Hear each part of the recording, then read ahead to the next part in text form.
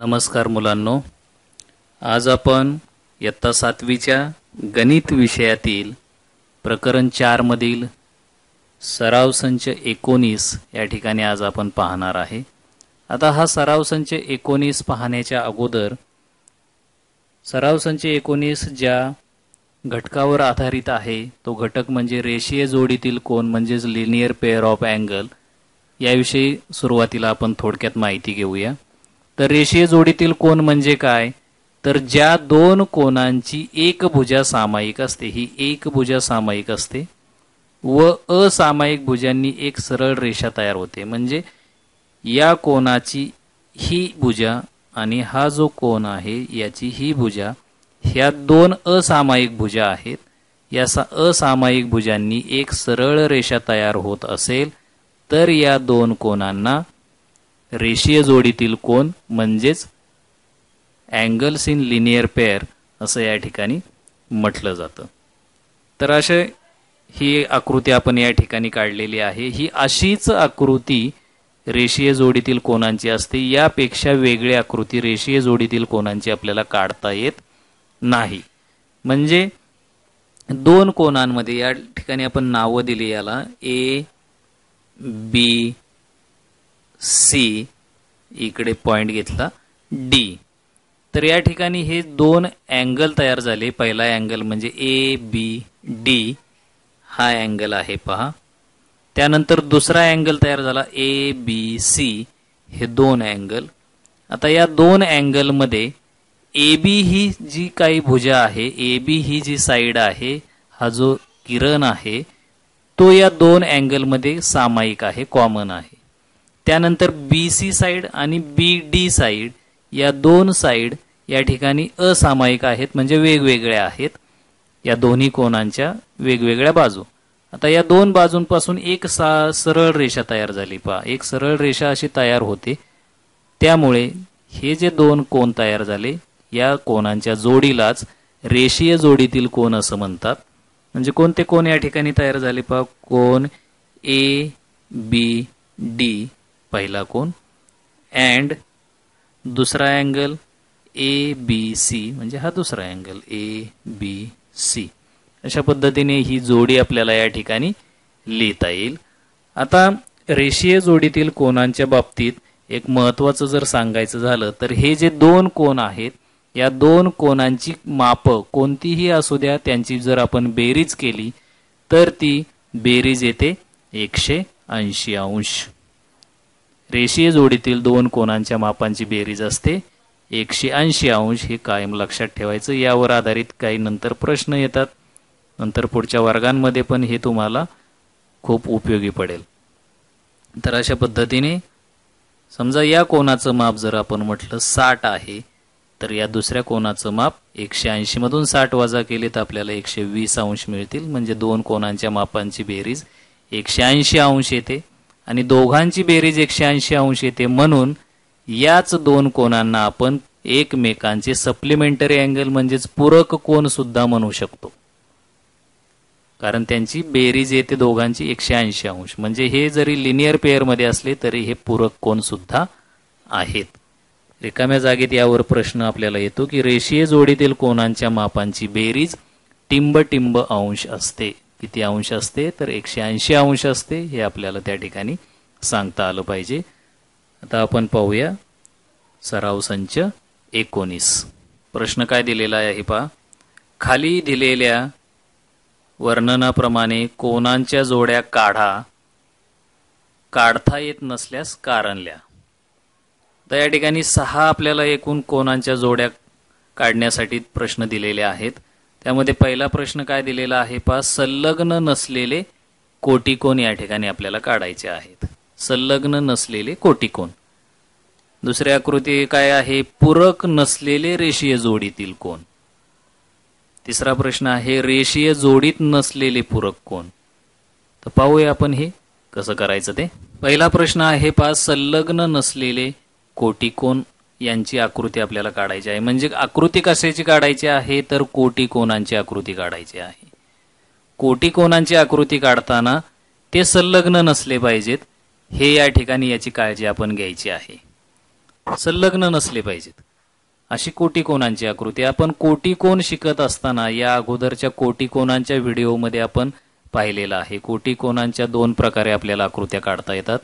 एक संलग्न असलेली पण काढता येते आणि संलग्न नसलेली सुद्धा काढता येते. फक्त या ठिकाणी लक्षात काय घ्यायचंय, कोटिकोनाची आकृती काढायची ज्या दोन कोनांच्या मापांची बेरीज 90 अंश येते असे दोन कोनांची आकृती आपल्याला या ठिकाणी काढायची आहे. तर ती कशी काढता येईल पहा. तर संलग्न नसलेली कोटिकोनांची आकृती ही आपल्याला अशी काढता येईल पहा. म्हणजे दोन कोनांच्या स्वतंत्र आकृत्या काढायच्या, म्हणजे हे संलग्न होत नाहीत. संलग्न कोनांची आकृती कशी असते की एक बाजू सामायिक असते, उरलेल्या दोन बाजू वेगळ्या आणि त्यांचे अंतर्भाग सुद्धा वेगवेगळे असतात, असे त्याला आपण संलग्न कोन म्हणतो. तर इथे कोणतीही एक बाजू आपल्याला सामायिक दिसत नाही, कारण आपण दोन्ही आकृत्या स्वतंत्र काढलेल्या आहेत. आणि यांची मापं जर पाहिली तर हा कोन ABC आहे 40 अंशाचा, कोन PQR आहे 50 अंशाचा. दोनही कोनांच्या मापांची बेरीज केली तर 90 अंश येते आणि अशा प्रकारे त्यांची बेरीज 90 अंश येते, म्हणून त्यांना आपण कोटिकोन म्हणजेच कॉम्प्लिमेंटरी अँगलची जोडी असं आपण यांना म्हणू शकतो. तर या ठिकाणी आपण त्यांची जोडी पण लिहू शकतो, angle ABC and angle PQR. अशा पद्धतीने ही आकृती आपल्याला काढता येईल. यानंतर याच सराव संचामधील दुसरा प्रश्न आपल्याला दिलेला आहे, पूरक नसलेले रेषीय जोडीतील कोन काढा म्हटले. आता रेषीय जोडीतील कोनांची आकृती आपल्याला काढायची आहे, पण रेषीय जोडीतील कोनांची आकृती काढताना ते कोन पूरक नसले पाहिजेत. पूरक नसले पाहिजेत म्हणजे त्या दोन कोनांच्या मापांची बेरीज ही 180 नसली पाहिजे. म्हणजेच कोनांच्या मापांची बेरीज जर 180 नसेल तर आपल्याला रेषीय जोडीतील कोन काढता येईल का, हा महत्त्वाचा भाग या ठिकाणी आहे. तर रेषीय जोडीतील कोन आपण आत्ताच शिकलेलो आहे. याच व्हिडिओमध्ये आपण शिकलोय रेषीय जोडीतील कोनांच्या मापांची बेरीज ही नेहमी 180 अंशच असते. रेषीय जोडीतील कोनांची आकृती काढली तर ते दोनही कोनांची मापांची बेरीज 180 अंशच असते. आणि जर 180 अंश नसलेली रेषीय जोडी काढायची असेल तर ती आपल्याला काढणं शक्य नाही. इथे म्हटले की पूरक नसले पाहिजे पण रेषीय जोडीत असले पाहिजे, आणि रेषीय जोडीची आकृती ही नेहमी पूरक कोनांचीच असते, हे आपण कायम लक्षात ठेवायचं. म्हणून यावरून आपल्याला इथे सांगता येईल की पूरक नसलेले रेषीय जोडीतील कोनांची आकृती आपल्याला काढता येणार नाही. अशा पद्धतीने ही आकृती आपल्याला काढता येत नाही. मग याचं कारण आपण या ठिकाणी लिहू शकतो, रेषीय जोडीतील कोन हे परस्परांचे पूरक कोन असतातच, आणि यामुळे पूरक कोन नसलेली रेषीय जोडीतील कोनांची आकृती काढता येणार नाही असं कारण आपल्याला या ठिकाणी सांगता येईल. आता यानंतर तिसरा प्रश्न आपल्याला या ठिकाणी दिलेला आहे पहा, की रेषीय जोडीत नसलेले आता पूरक कोन काढायचे आहे. म्हणजे याचंच उलट केलेलं आहे की आता पूरक कोनाची आकृती काढायची आहे परंतु ती रेषीय जोडीत नसली पाहिजे. आता रेषीय जोडीत काढायचं म्हटलं तर बेरीज 180 येणारच आहे, परंतु या ठिकाणी काय म्हटलं की रेषीय जोडी नसली पाहिजे. असे दोन कोन काढायचे की त्यांच्या कोनांची मापांची बेरीज ही 180 आली पाहिजे. मग अशी आकृती आपल्याला काढता येईल पहा. तर रेषीय जोडीत नसलेली पूरक कोनांची ही अशी आकृती आपल्याला काढता येईल पहा. म्हणजे या ठिकाणी मी हा एक कोन काढला, कोन ABC, आणि हा दुसरा कोन काढला, कोन XYZ. हे दोन कोन स्वतंत्र काढलेले आहेत पहा. म्हणजे या कोनाचं माप मी या ठिकाणी 50 अंश काढलेलं आहे आणि या कोनाचं माप 130 अंश काढलेलं आहे. आता या दोन कोनांच्या मापांची बेरीज केली तर 180 येते, म्हणजे हे पूरक कोन आहेत, हे याच्यावरून आपल्याला समजतं. आता हे दोन कोन रेषीय जोडीमध्ये नाही आहेत. रेषीय जोडीची आकृती आपण पाहिलेली आहे सुरुवातीला. ती रेषीय जोडीची आकृती कशी असते की एक बाजू त्यामध्ये सामायिक असते, उरलेल्या दोन बाजूंपासून एक सरळ रेषा तयार होते. म्हणजे ती आकृती इथे नाही, परंतु पूरक कोनाची आकृती ही आपण काढलेली आहे. अशा पद्धतीने ही तिसऱ्या प्रश्नाची आकृती आपल्याला काढता येईल. चौथा प्रश्न दिलेला आहे पहा, रेषीय जोडीत नसलेले संलग्न कोन. आता रेषीय जोडीत नसलेले म्हणजे त्या दोन कोनांच्या मापांची बेरीज ही 180 अंश आली नाही पाहिजे, रेषीय जोडीत नसले पाहिजेत ते.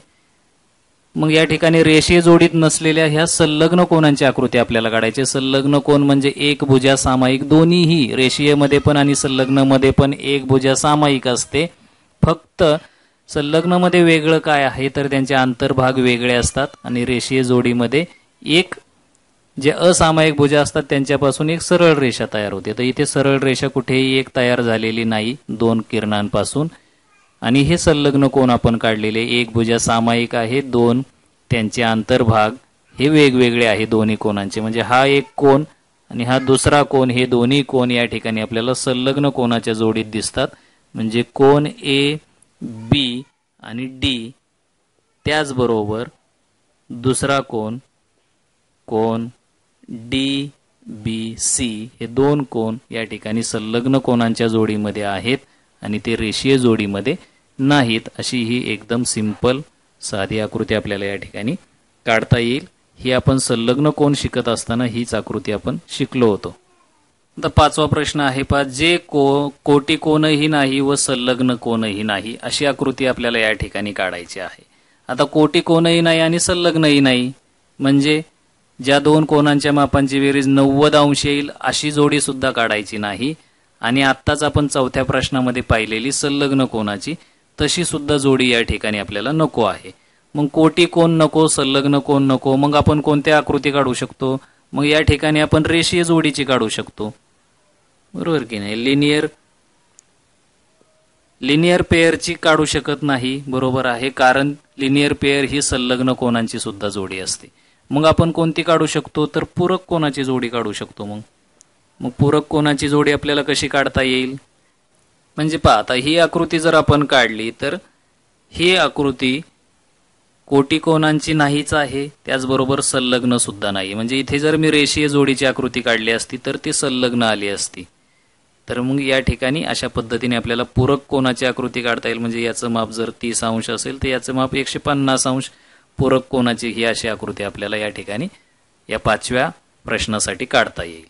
सहावा प्रश्न आहे पहा की कोटी कोन असलेले रेषीय जोडीतील कोन काढा, असा हा प्रश्न आहे.